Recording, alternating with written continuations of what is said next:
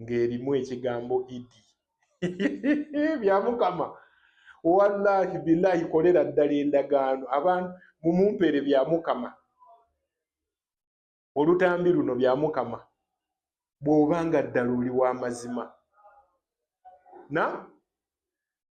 ng'okkiriza nti obukulisitaayo si bwa kikwangala bw'amazima, omukono guweeyo baguteme, emiliyoni 2 oziteekewo, naawe mwennyini okusiramuka. Ngenda kuleeta aya ziri 2. Aya esooka eri mu surati Tawuba aya ey'okusatu ega nti okulangirira kuvudde eri Allah n'omubaka we Muhammad sallallahu alaihi wasallam ku lunaku lwa Idi. Ku lunaku lwa Idi enkulu. Eyo aya emu erimu ekigambo Idi. Byabakama bikko. Mbalamusizaako nnyo mu linnya lya Mukama waffe Yesu Kristo, omwana wa Katonda omulamu. Gwe muva okuwulira ye Sheeka Kizza. Sheeka Kizza, sheeka wa Busiraamu, y'omu ku basiraamu abakugu mu Busiraamu ab'amaanyi ennyo. Omusajja oyo asomesa ku Mbale University, musajja mukugu mu Busiraamu era be bamu ku beebuuzibwako. Bwe yawulidde ebibuuzo byange ekibuuzo kyange in fact kyabadde kimu kye nabuuzizza nga njagala aya mu Quran eyogera ku Idi, n'adduka emisinde nyanukule. Kati obuzibu yafunye bwe buno nti yakaabye nga tategedde yafudde. Naye sheeka twagala kumuyamba. Bassebo ne bannyabo abampuliriza, ekizibu ky'Obusiraamu kye bukola kye kino nti ne bw'obeera muyivu busobola okufuula ng'atali muyivu. Kati bwe kiba nga sheeka ebibuuzo kimulemye okwanukula, kitegeeza ne bwe baleeta Muhammad tayinza kyanukula, kubanga ate ono sheeka mukugu okusinga Muhammad kubanga ye n'okusoma yasoma. Kaakati mpulirizaako Oluganda, zino ze nsitudde zonna Quran 1, 2, 3, 4, 5, 6, 7. Nina Quran 7. Quran 7. Sheeka alese aya 2. Aya esooka agijje mu ssula ya 9, aya bassebo ne bannyabo ey'okusatu. Essula ya 9 sura Tawuba aya ya 3. Kaakati mpuliriza, ngenda kusoma aya ku aya mu ssula zino. Bwe nkusabanga sheeka ne nkusaba aya ya Quran, tompanga tafsiri, toleetangamu magezi ga muvunuzi, ogenda kuswalira bwereere. Bwe nkusaba aya mu Quran, kitegeeza kye mba nkusaba bw'ogisanga mu eno oba olina okisanga mu ndala zonna, eyo gye bayita aya oba ntegerekeka. Kati ntandise ne Quran eno bassebo ne bannyabo gye bavunula olubereberye nga Abdallah Zaake Matovu tanavunula Quran era ndowooza zonna oziraba nkadde. Kitegeeza ki? Nti sisoma za kutuuzaawo, sisobola kubuuza kibuuzo sheeka n'okyanukula, tekisoboka. Ekibuuzo nga nze nakiseetinze n'Abakristaayo abalala bajjudde Omwoyo Omutukuvu nga Omukristaayo n'aseetinga ekibuuzo tosobola kumwanukula.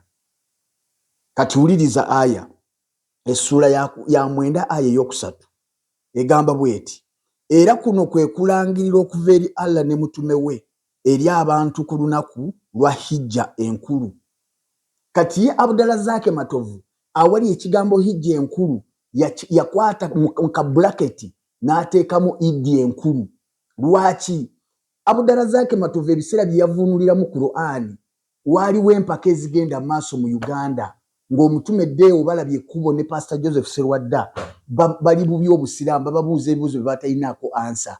Era ngenda kuwa ebintu bingi bye yakola ensobi. Kansooke nkuwe kino, kansooke nkuwe n'ensobi nga nammwe mwennyini ng'Abasiraamu temuyinza kugikkiriza, mulyoke mutegeere nti Quran eno baagivunula batamanyi kusoma, ebayambako buyambi n'ensi yeemala.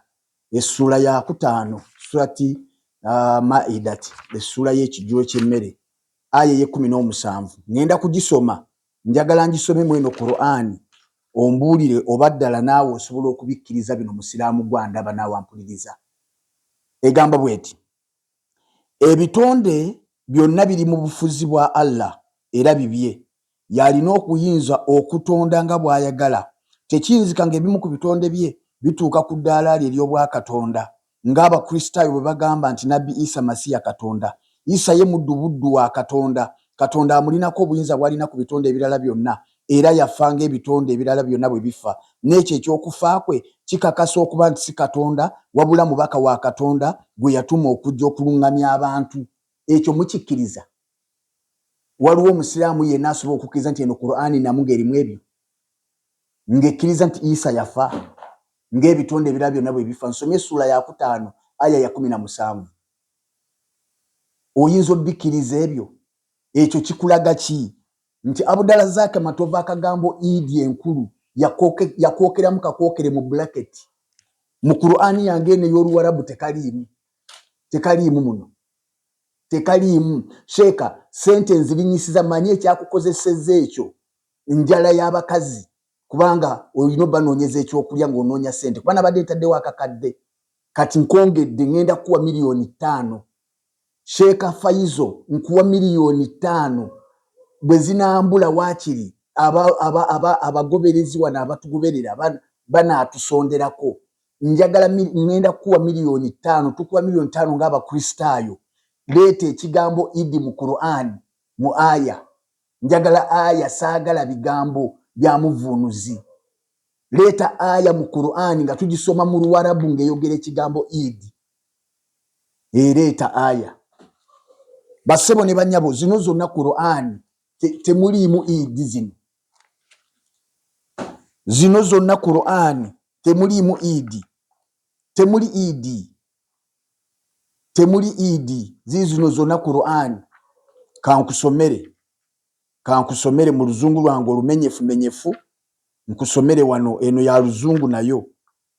Ze zimu ku Qur'ani ezikkirizibwa wano mu Uganda ezitabuusabuusibwa. Yani ya musajja bamuyita Abdallah Yusuf Ali, yiyo tebuusabuusibwa. Egamba bweti essula ya 9 aya ya 3, and an announcement from Allah and his messenger to the people on the day of the great pilgrimage. Tewaliwo Idi. Eyo njimaze. Yusuf Ali tabuusabuusibwa oyo. Yino onani ono bamuyisani. Eno nayo tebuusabuusibwa, eva ku kitebe Madiina. Eva Madiina tebuusabuusibwa eno. Eno egamba bweti essula ya 9 aya y'okusatu, and a declaration from Allah and his messenger to the mankind to the greatest day of Aduru Hijja. Eyogera ku Hijja. Temuliimu kigambo ekyo ky'ogamba ekya Idi. Yino Yusuf Ali nayo endala. Bassebo ne bannyabo tunaasoma tukomewa, nayo temuliimu Idi. Sheeka nkusiba akakalu miliyoni 5 bw'oleeta aya ng'eyogera ku Idi mu Qur'ani nga aya nga si bigambo bya muvunuzi Abdallah Zaki Matovu. Kati Sheeka bwe bakutumanga omukazi omugumba, toleetanga jjajjaawe yalekerawo okuzaala, beera si mugumba, aba yalekerawo bulekezi kuzaala. Ekyo ndowooza kitegerekese. Qur'ani teyinaamu kigambo kyonna kye bayita Idi mu aya ya Qur'ani.